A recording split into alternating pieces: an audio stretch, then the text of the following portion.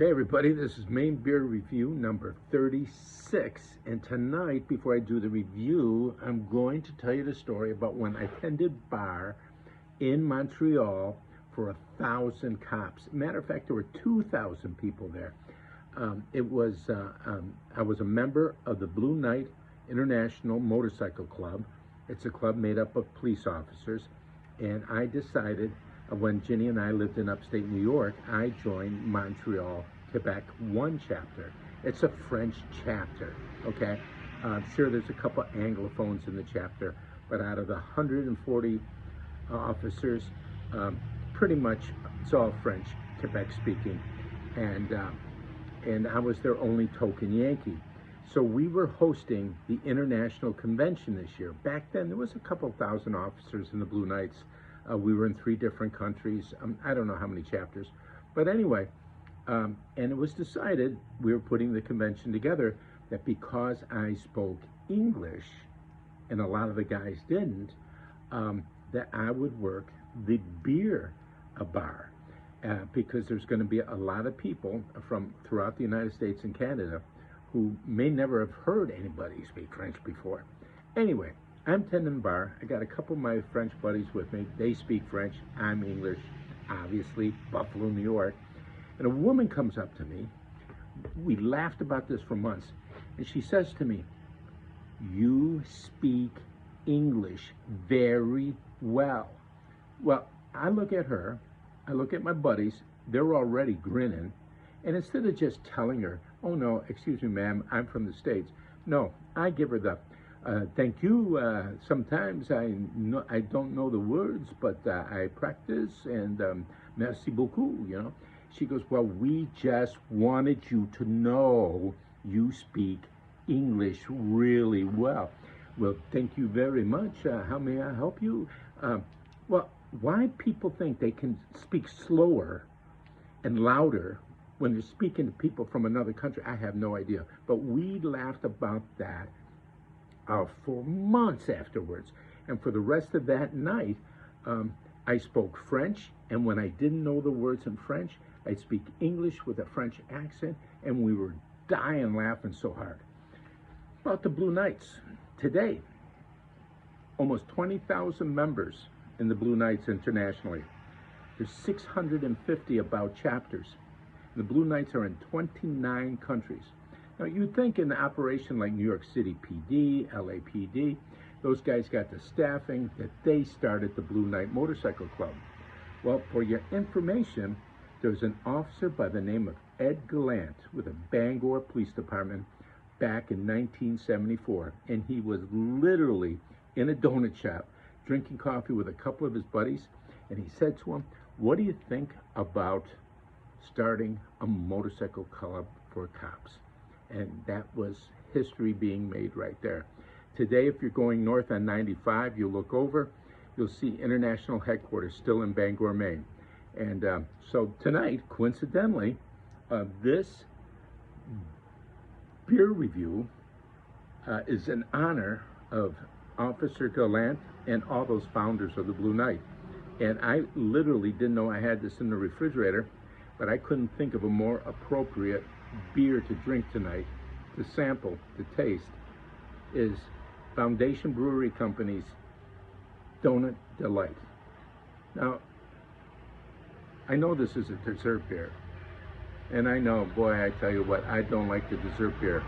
And you think, a retired officer, donut beer, how could it go wrong? But anyway, Foundation Brewing Company out of Portland, Donut Delight. Let's pop this baby and give it a check. What could possibly go wrong? It's donuts. It's a retired officer. Ready? This is like jumping into a cold swimming pool, I tell you. I know what it's like. You know what it's going to taste like. Here we go.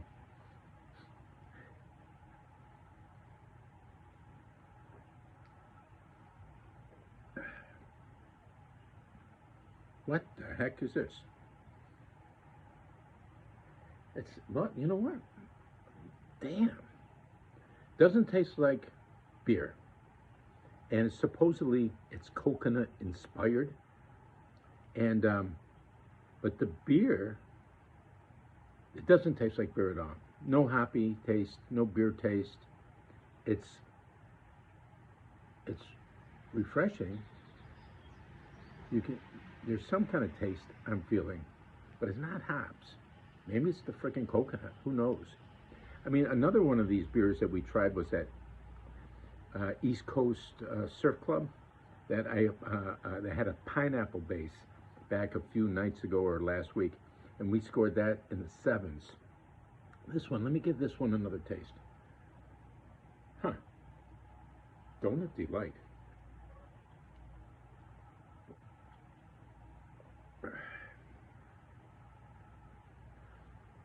I'll have to ask Brian. This has got to be a dessert beer, but it's not that bad. I tell you what. I mean, this sounds crazy, but for someone who doesn't like to taste the beer, they want to go out, have a couple drinks. This ain't bad. Not bad at all. I personally, it's not my kind of beer. Again, when I score them, I'm talking about what I like and don't like. But there are people out there that's going to like this beer. Let's get a color check on this baby. Okay.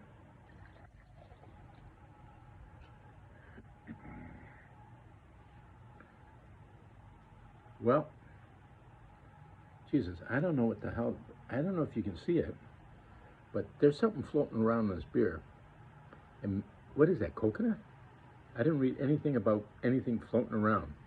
And I'm not the kind of guy that just put it down. But the color, I mean, it's okay. Stuff floating around, I don't know. I hope it's supposed to be in there. I'm going to have to check afterwards. A collar totally turns me off. Again, it goes flat.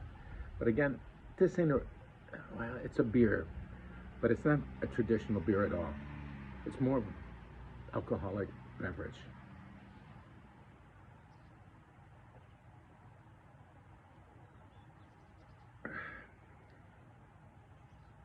Can I taste the coconut? I don't know. It's got a 6.5% alcohol, so it's definitely got some octane. And again, Foundation's been around for a few years now. Not bad. Doesn't turn me on. It's an alcoholic drink, not a traditional beer at all. If you don't like the taste of beer, give it a try.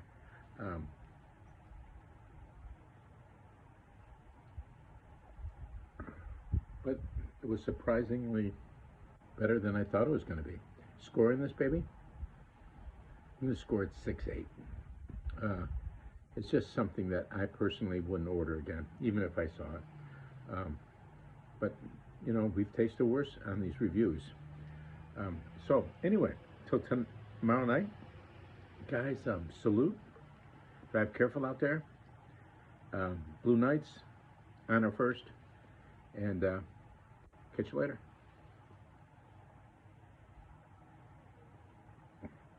You can taste the stuff floating around in there.